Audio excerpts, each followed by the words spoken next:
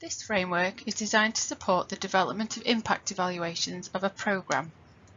An impact evaluation seeks to measure the degree to which the programme meets its ultimate goal, for example, increased access to higher education, closing the institutional attainment gap, or increasing levels of highly skilled employment in graduates.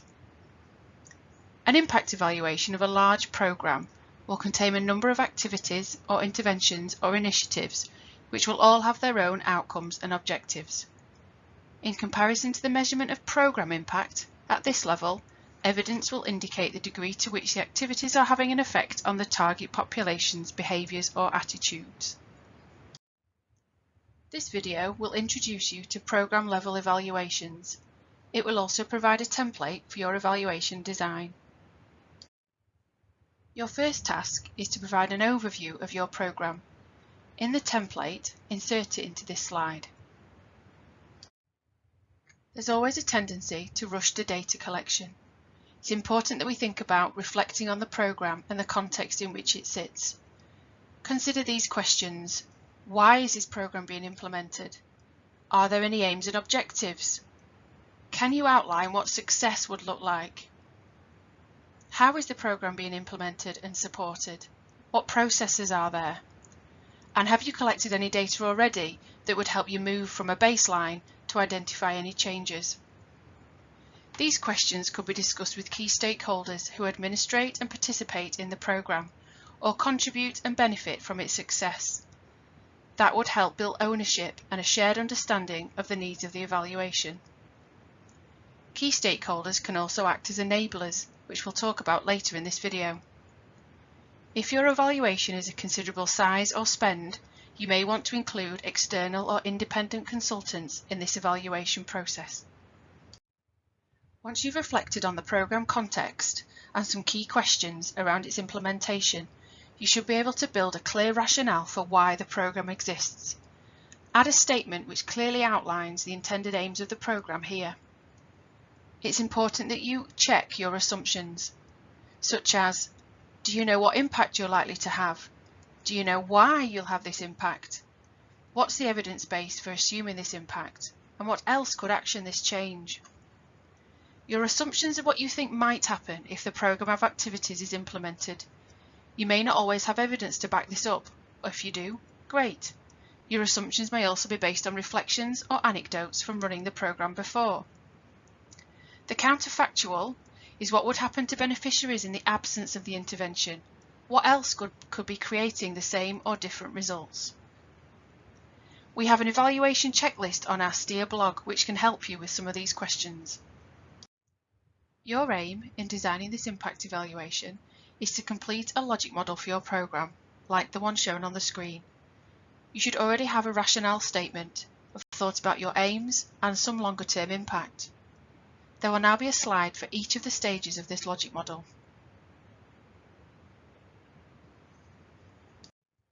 Your next task is to think about inputs. These are your costs and resources, the things that go into your evaluation and to your programme. These could be funding or budget, time and energy, expenses, and don't forget the data collection and analysis itself. This is the stuff that you put in that hopefully will convert to outputs, activities, and outcomes. Take this time to provide a space to document what contributes to a successful outcome. This might be distinct projects, activities, or events. Sometimes this is called an output. Some of these activities will need smaller, activity-level evaluations creating. Some will require gathering existing data and monitoring processes. Work to try and standardise the approach to data collection, and this will help in the analysis stage. Once you've thought about your programme aims, your rationale, your inputs, and some of your activities, it's important that you take the time to think about enablers and possibly disablers. These are important reflections on your external environment, institutional policies, and culture. Much of this will be outside of the control of your programme, but it's important context. Think of your evaluation as scoping, does this work within this context? It might be useful to consider those stakeholders who may be enablers and invite them into any preliminary discussions. There's often a rush to measure long-term impact, but it's important that we break this down into short, medium and long-term measures. Your short-term benefit allows you to track progress without searching for measures of impact. Set a time frame for when you would expect to see short-term benefits. It may be that these have already been achieved before you designed a thorough impact evaluation. If so, just log the evidence and make sure it's measurable. The short-term benefits could include changes in awareness and understanding of those involved in the programme. Smart guidelines can ensure that these are well designed. There are many data sources which already exist in our institution, which mean you can avoid collecting new data. Importantly, think about a proportionate evidence base relative to the size and scope of the programme and the associated activities.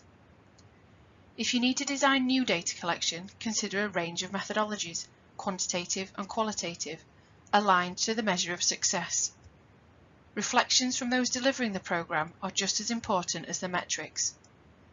Our Steer blog discusses many data collection methods which you may find useful.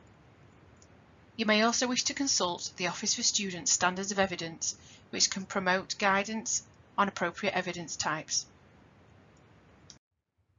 Now's the time to design your data collection, thinking about the evidence you'll need to measure your short, medium and long-term outcomes.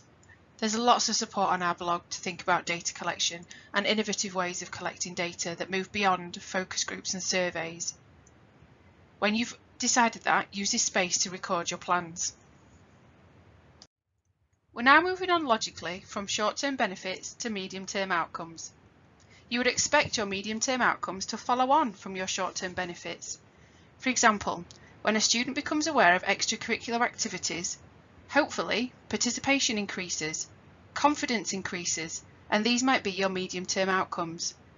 The overall impact is hopefully higher overall attainment. This is a logical progression which you will be testing and challenging throughout the evaluation, supporting conclusions with evidence.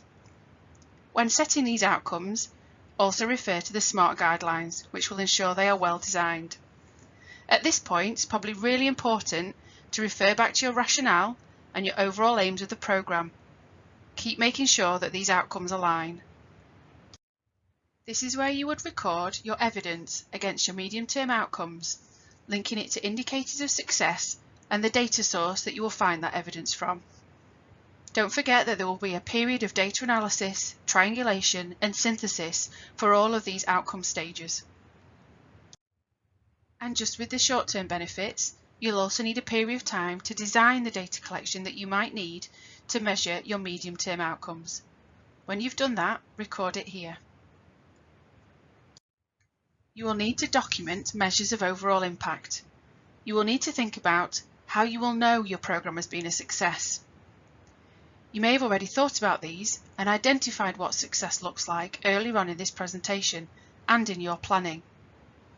Be aware that longer-term impact may change and evolve over time. There may be unintended outcomes of your programme. Make time for these type of reflections. Just like you did with short-term benefits and medium-term outcomes, use this space to outline the necessary data collection to help you evidence whether you've achieved your longer-term impact. And as before, use this table to link your impact measures to indicators and data sources. Once you've completed all of these stages, you can now populate a blank logic model with your evaluation plans. Don't forget to share this with your key stakeholders to build in ownership and engagement. Hopefully, your evaluation has provided evidence of impact and your learning can inform the next programme cycle. If not, don't despair. Learning that something doesn't work is as important as learning that it does. You could consider a steering group to help you work through the evaluation. The steering group could review the logic model, test some of the assumptions, develop the outcomes, support you with the data and measurement, and think about how your learning and reflection develops iteration by iteration. Thanks so much for listening, and I really hope this helps with your programme level evaluations. If you need any more support with this, please do get in touch using the contact details on the screen.